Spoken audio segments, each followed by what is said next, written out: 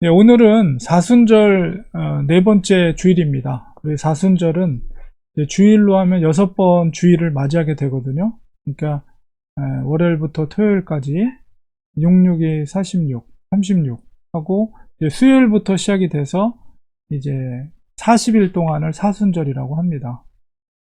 그래서 6번째 주일이 될 때가 이제 종료주일이죠. 그래서 종료주일을 맞이할 때 이제 종려나무 가지를 통해서 이제 종료주일 예수님의 예루살렘 입성을 기념하게 되는데, 그거를 이제 1년 동안 모아뒀다가 이제 그것을 이듬해 사순절이 시작되는, 항상 수요일 날 시작돼요. 수요일부터. 그래서 그 재수요일이라고 그래가지고 그 종려나무 가지를 태워서 그 재로 이제 이마에다 이렇게 십자가 문양을 하는 그런 교회 전통이 있는데, 저희는 뭐 개혁주의니까 뭐 그렇게까지는 지키진 않지만, 우리가 사순절을 지킬 때는 예수님의 삶을 우리가 묵상하면서 특별히 이 사순절을 기억하고 있습니다. 아침마다 우리가 마태복음을 중심으로 해서 말씀을 보고 있는데요.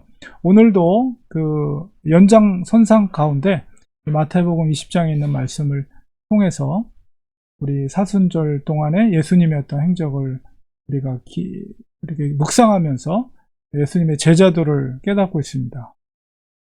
오늘은 특별히 예수님께서 이제 예루살렘을 입성하기 바로 전에 방문했던 도시가 여리고입니다. 그래서 여리고, 뒤에 이제 보이시는 사진이 오늘날의 여리고의 사진이거든요. 지금 한참 이제 유적지를 발굴하는 장면인데, 이 여리고성에서 있었던 사건을 오늘 본문이 다루고 있습니다. 특별히 여리고에서 만난 두 맹인의 사건을 통해서 특별히 마태가 전하고자 하는 제자도가 무엇인가를 우리가 깨닫고 은혜를 나누는 시간을 가지려고 합니다. 제가 지난주에 예수님의 생애를 이제 4기로 구분을 하면서 설명을 드렸습니다. 예수님의 생애를 그 지역적으로 구분을 하면은 유아기, 베들레헴에서의, 그다음에 준비기가 이제 나사렛에서의 청소년기, 그다음에 전성기가 바로 공생의 기간 동안에 예수님이 갈릴리를 중심으로 해서 두 번째 고향이었던 가버나움을 중심으로 해서 활동했던 그런 시기가 전성기이고, 마지막 순환기가 이제 예수님이 돌아가시는 일주일 동안 이제 갈릴리에서 유다 지경으로 내려와서 예루살렘에서 머무는 동안 고난받고 십자가에 죽으시고 3일 만에 부활하신 이 순환기, 이렇게 4기로 예수님의 생애를 나눌 수가 있습니다. 오늘 읽은 본문의 내용은 바로 예루살렘에서 마지막 순환기를 하는 여정 가운데, 마태복음 오늘 읽은 본문 바로 다음 21장으로 넘어가면 이제 예루살렘에 입성하는 장면이 기록이 되어 있는데요. 그 바로 전에 도착하셨던 여리고 성에서 있었던 사건을 기록하고 있습니다. 우리가 아침에 우리가 보았던 부자 청년이 방문해서 어떻게 영생을 얻으리까, 이런 말씀도 보았고, 그 다음에 포도원 품꾼의 비유, 우리가 그것도 보았죠. 그게 있었던 사건의 지역이 유다 지경이라고 이렇게 표현되어 있어요. 유다 지경, 그 당시에 이제 지역적으로 보면 갈릴리 지역이 있고, 중간에 사마리아 지역이 있고, 그 다음에 유다 지역, 이렇게 크게는, 그 다음에 이제 요단강 동편으로 베레아 지역, 이런 식으로 지역적으로 구분이 되어 있어요.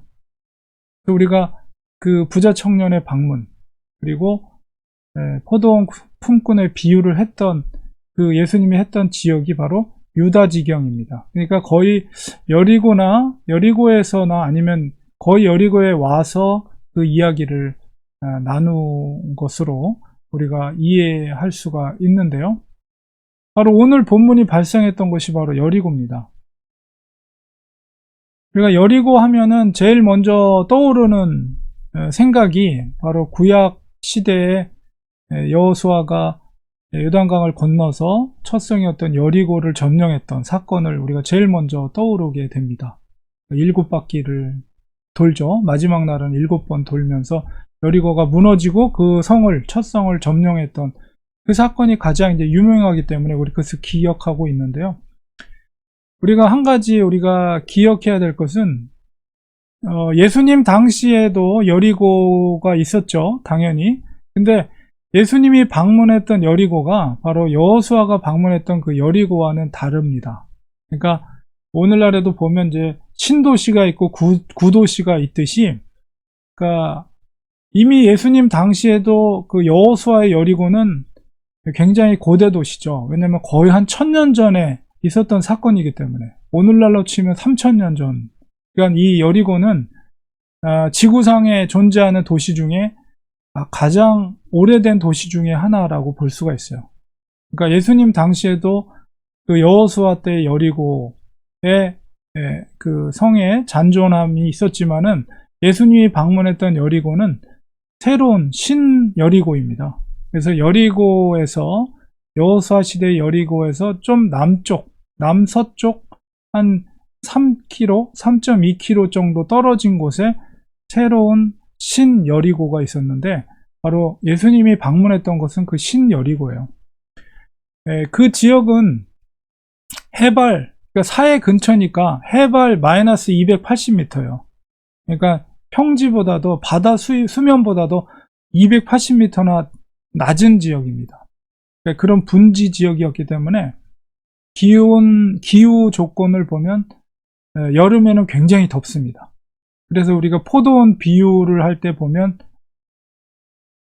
그 한 낮에 땀을 흘리면서 일을 했다라는 표현 속에서 굉장히 그 여름에는 무더운 지역이 여리고인데, 반면에 이제 겨울은 반대로 따뜻하겠죠. 따뜻한 지역이 여리고였습니다. 그런 기후 조건을 가지고 있었기 때문에 예수님 당시에 헤롯 대왕이 물론 예루살렘에 있었지만은 겨울에는 따뜻한 곳에 지낼 수 있도록 헤롯의 겨울 궁전이 바로 신 여리고에 지어져 있었어요. 그래서 지금 여러분 사진 뒷면에 있는 부분이 바로 그 당시 신 여리고 지역의 유적지를 계속 지금도 발굴하고 있는데, 그 당시에 그 헤롯 대왕의 겨울 궁전이 있었던 그런 흔적들이 이렇게 남아 있다고 합니다. 굉장히 화려하죠. 그러니까 그 당시에 그 유적지를 보면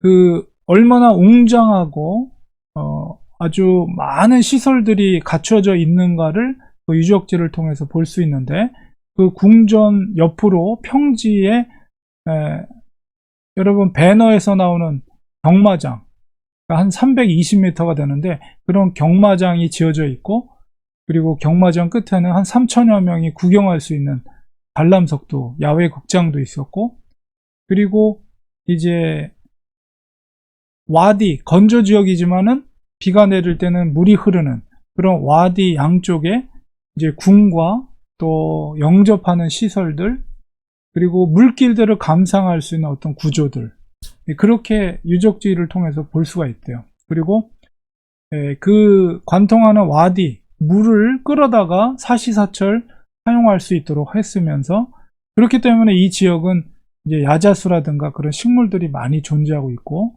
그리고 이제 그곳에 수영장까지 갖춰져 있을 정도였다고 합니다.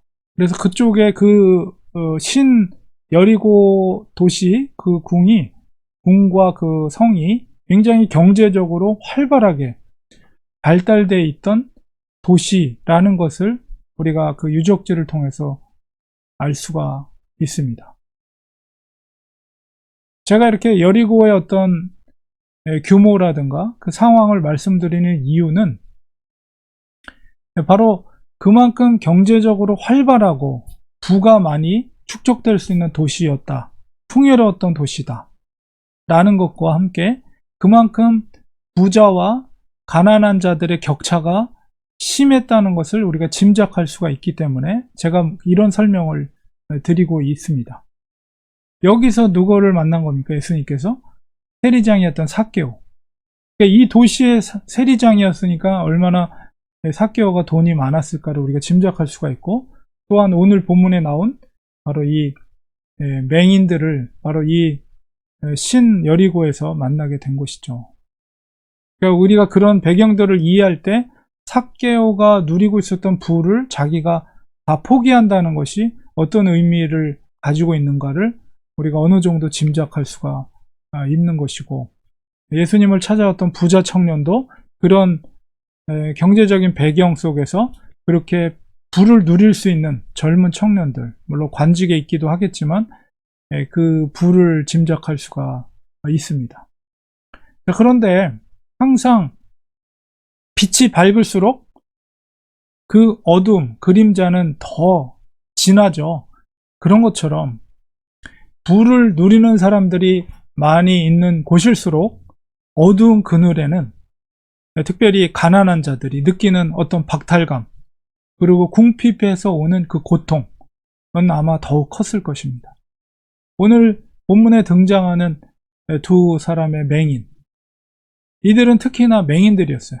그 도시에 있지만 예수님 당시에 그 사회생활에 있어서 소외된 계층의 사람들은 성경에 어린이들, 특히 고아, 그리고 여자, 남편이 없는 과부, 그리고 또한 핸디캡이 있는 이런 사람들, 특별히 눈을 볼 수 없는 맹인들은 사회생활을 할 수가 없습니다. 그렇기 때문에 부고를 하며 살 수밖에 없는 그런 사람들이었습니다.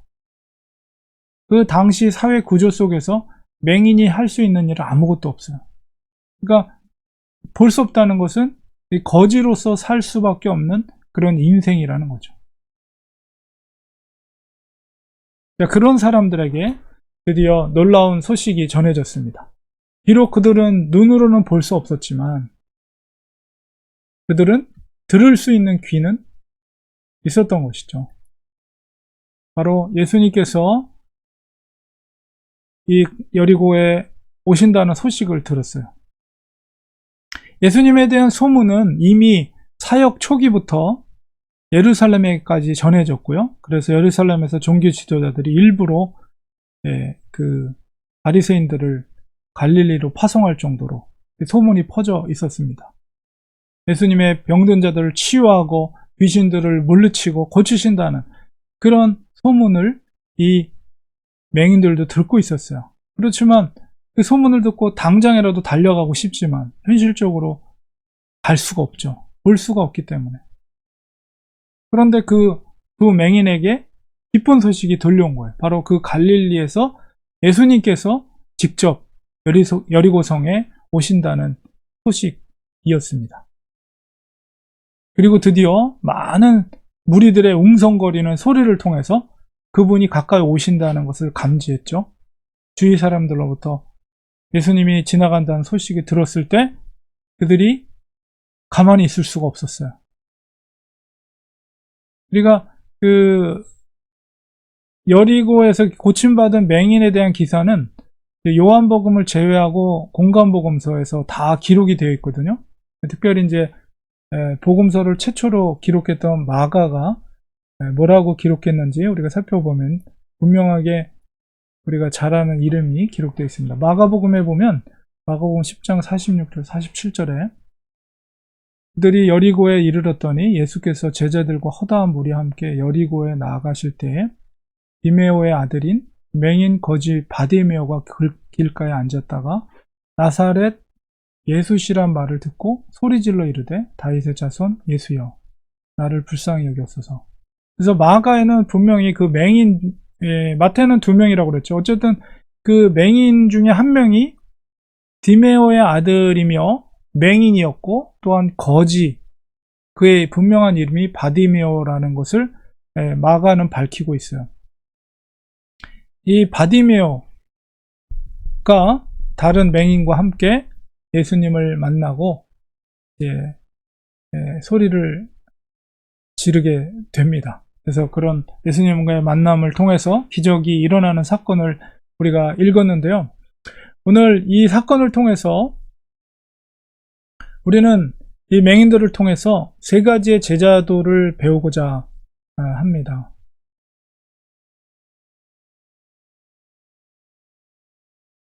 첫 번째는 뭐냐면 한 마음, 한 목소리로 간절히 부르짖는 간구의 태도입니다. 30절, 31절, 33절에 보면 이 맹인들에게 있어서 예수님은 유일한 소망이었죠. 사회적으로 천대받고 평생 구걸하며 사는 인생들에게 이 갈릴리에서 오신 예수님, 그분의 소식은 그들에게는 복음이었어요. 일생 한 번 찾아올 절호의 기회였습니다. 무엇보다도 그들은 서로 볼 수는 없었지만 마음으로 서로가 기대며 살아가는 사람들이었습니다. 그들은 동일한 마음을 가졌습니다. 그리고 예수님에 대한 동일한 소망을 또한 가졌습니다. 우리가 하나님께 구할 때 특별히 공동체 안에서 한 마음으로 한 목소리로 주님께 부르짖는 것은 매우 중요합니다.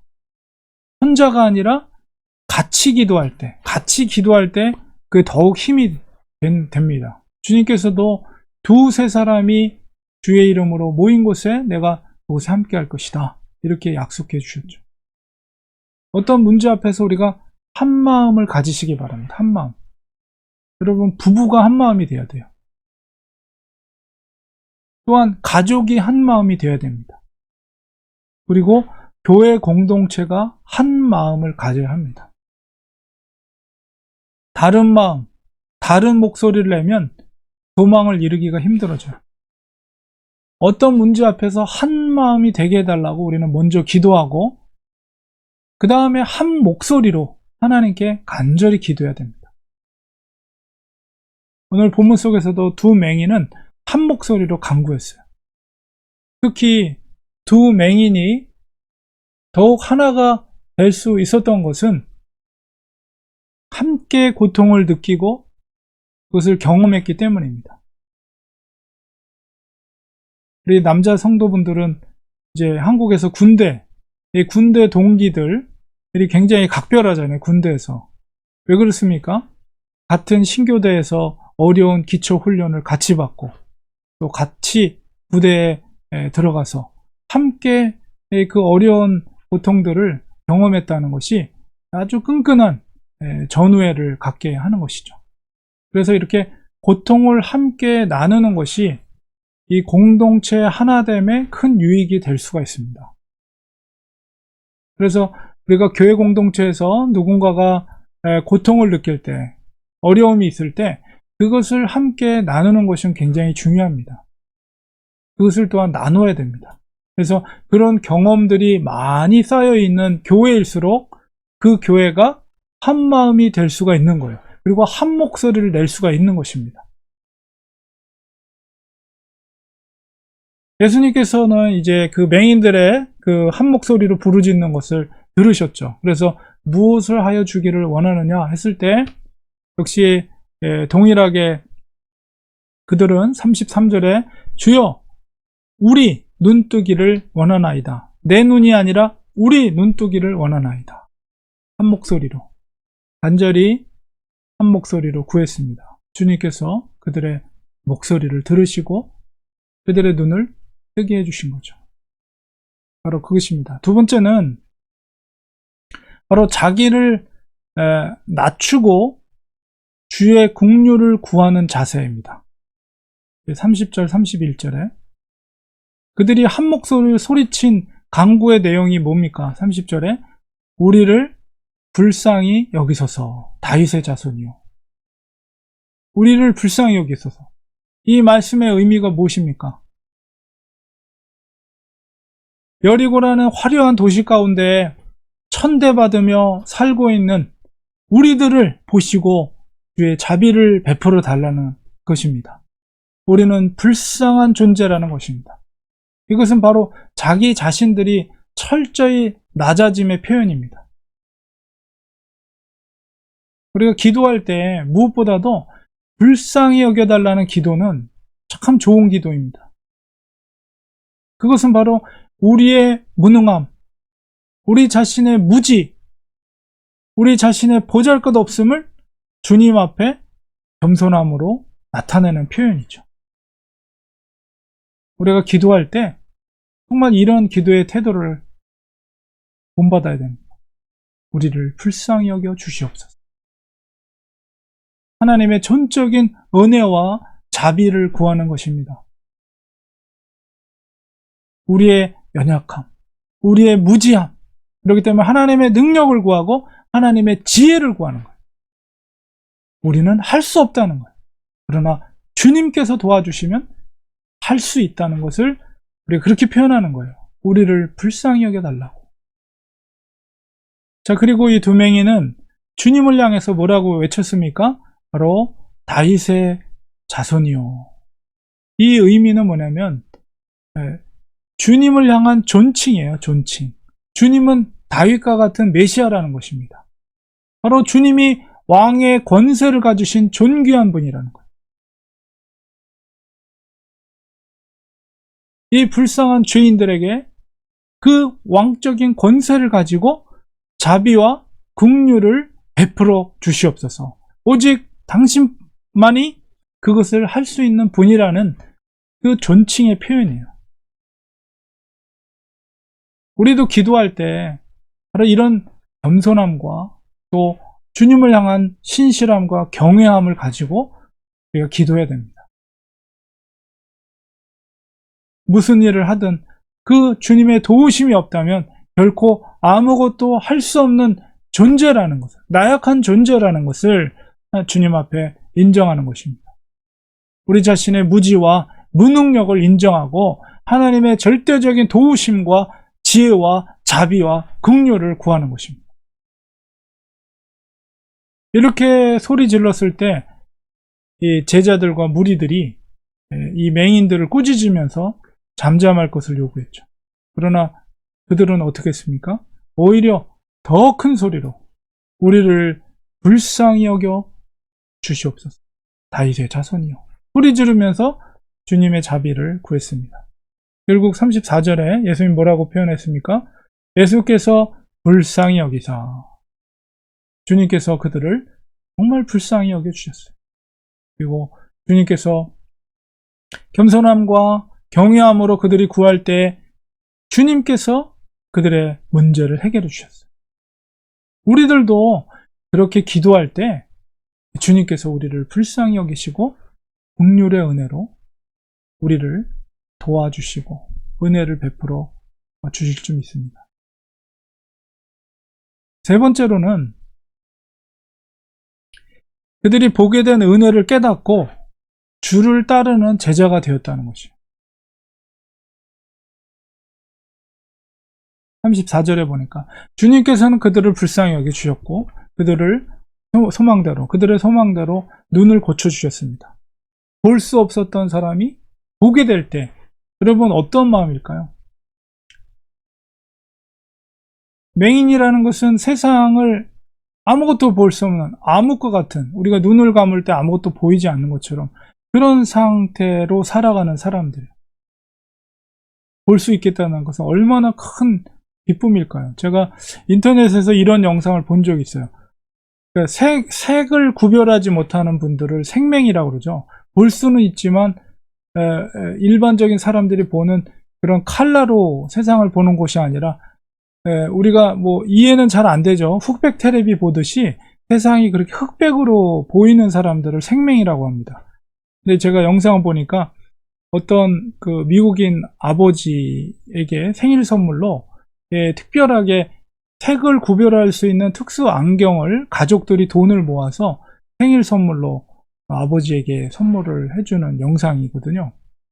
가족들이 이제 아버지한테는 숨기죠. 그게 어떤 안경인지. 그냥 아버지는 그저 평범한 선글라스인 줄 아는데 그 안경을 끼고 세상을 바라보는데 너무 감격을 하고 눈물을 흘리는 장면입니다. 제가 한번 영상을 준비했는데 우리 같이 보면서 우리 어떻게 감격하는지 그 모습을 한번 보겠습니다.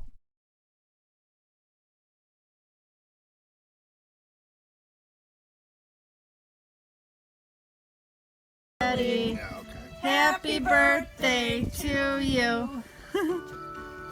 How old are you now? Oh, there's something for you to open. He's posing. And what? He thinks he Posing. knows what it is. If I was gonna guess, Don't guess. You're gonna guess wrong. You're gonna guess wrong. really? Yeah.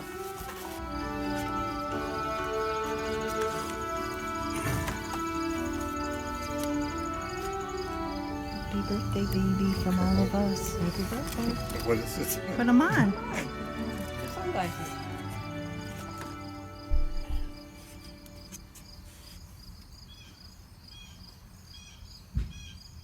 How does it look? Oh, that's weird. Look at the balloons. Can you see with our eyes now, baby? What colors you see? Those? You see colors now?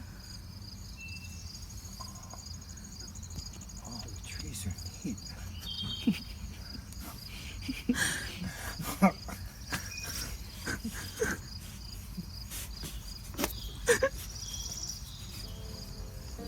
Now you have rose-colored glasses, Done baby. before. Now you see with our eyes. Do you like the balloons?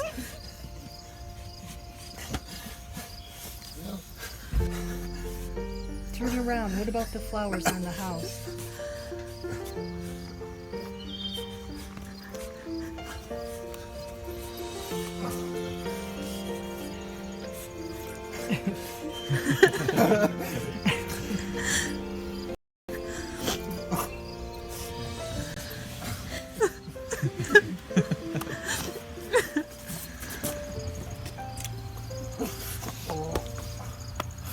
Who did that? All of us.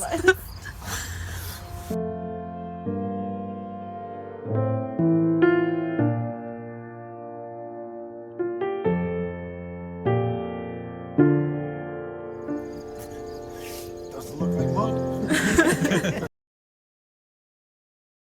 네. 우리가 색깔을 보지 못하는데 그것을 보게 됨으로 인해서 감격하는 모습을 보았는데요. 아예 정말 아무것도 볼 수 없는 맹인이 세상을 보게 됐을 때 그 기쁨이라는 것은 정말 상상할 수 없는, 표현할 수 없는 감격이었을 것입니다.